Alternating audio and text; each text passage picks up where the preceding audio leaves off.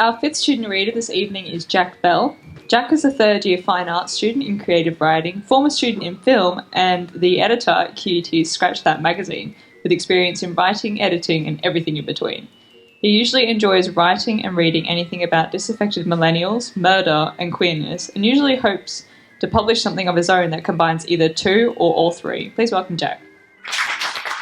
This is a short story called See You Soon, and I hope it creeps you all out. It's been a long time, hasn't it? Don't worry if you've been missing me. See you soon. Isabel looked at the message a few moments more, but all it did was twist deeper in her stomach. She put the phone down and walked away from it, circling her house and listening to its silence. Outside, the sun was setting across the broad, grown-out field in cooling dusklight. The house was perched far enough in the lone backwoods of the estate land that she couldn't see anyone from her windows at all. She wasn't afraid of solitude, only of vacancy. The house out where it was didn't seclude her, at least it hadn't in the year since Caleb had last lived there. When she came back from the window, Caleb's message was still bright on her phone. It had come after the brief power outage, which lasted only about 10 minutes. He hadn't sent anything else. She read it again. See you soon. There it was on her screen, and still she had hardly a clue what it meant. Suddenly, Isabel felt she didn't want to be alone. The sun was still setting, the light darkening.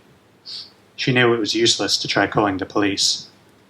When she picked up her phone again, it was Maddie she sent a message to, asking if she could possibly come see her, telling her that she didn't want to be alone that night. Outside, the day went on dying. The crickets began to ring in the trees. Isabel sat by the back window, the latches and the doors locked just in case.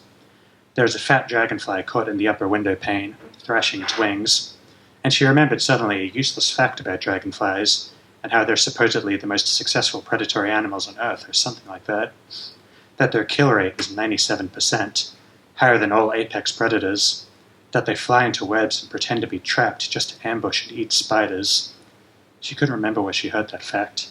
Maybe Caleb had told her. It was dark when Maddie came to the front door. They sat by the kitchen, and Isabel showed her Caleb's single message. That's fucked up, Maddie said finally. Isabel had to agree. There was a blackout for about 10 minutes this afternoon. After the signal came back, the message was right there. It kind of scared me. So what, he means he's coming here? I don't know, Isabel said simply in quiet breath. I mean, if he wants to, he'd do it today. Why? The last time I saw him was a year ago. Maddie almost laughed. It's dramatic, I'll give him that, the fucker. You seriously haven't heard a single thing from him after you left? Isabel shook her head.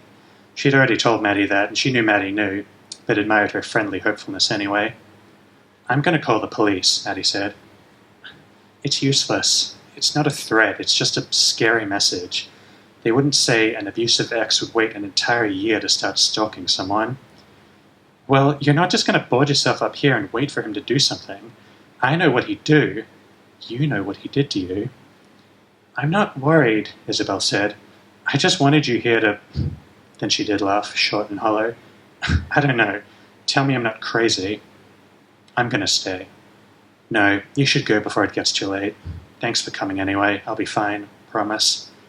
Maddie darkened to look at her, but Isabel shook it off. When she walked Maddie to the door and hugged her off to the night, Isabel knew as she watched her trudge back up the path toward the main road that she'd probably still keep some safeguard for her friend, that as soon as she was back in her car she'd send something to the nearest police station to be alert of a disturbance in the area that might happen that night. Isabel couldn't help that of her. She knew still there was no danger, but how could she tell that to Maddie? What was the purpose of the visit if not just to say something to her friend that couldn't even be said aloud? It was past 10 now, still no new message from Caleb. Isabel kept the lights on anyway. There were no sounds around the house, no rustles of grass or crunches of gravel that sounded intruders. Finally, she knew she had to do something, knew what she had to see, just for her own peace of mind, crazy as it was. It was a cold night, and the dry porch light bled only a few meters out from the back door, but she lit a flashlight and went down toward the dark tree line down from the hill from the house. It was all dry ground around the backwoods, dead leaves and mulch, a skeleton of a forest.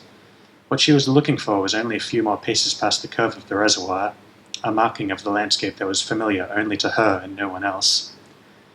The only thing she had to do was dig enough around the shallow end of the mound and shine her flashlight over the fresh hollow she made. When she could see it, she saw that his foot was vanished of skin at that point, almost entirely skeletal. She imagined the rest of him was the same. A year in a grave would do that. But there he was still, if not Caleb, then the bones of him at least, right where they'd been since the day Isabel beat him across the head with his phone. She didn't mean to. It was the first thing she picked up, the first thing she thought to do to stop him rushing at her. She couldn't help that it was a heavy phone. It cracked its screen after it cracked his skull, of course, but it held together the next few times she brought it down on his head. And then he was on the floor, and he stopped moving. But that was it.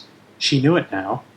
The message was a draft, the last thing he was going to send, but couldn't when she broke the phone over him a year ago.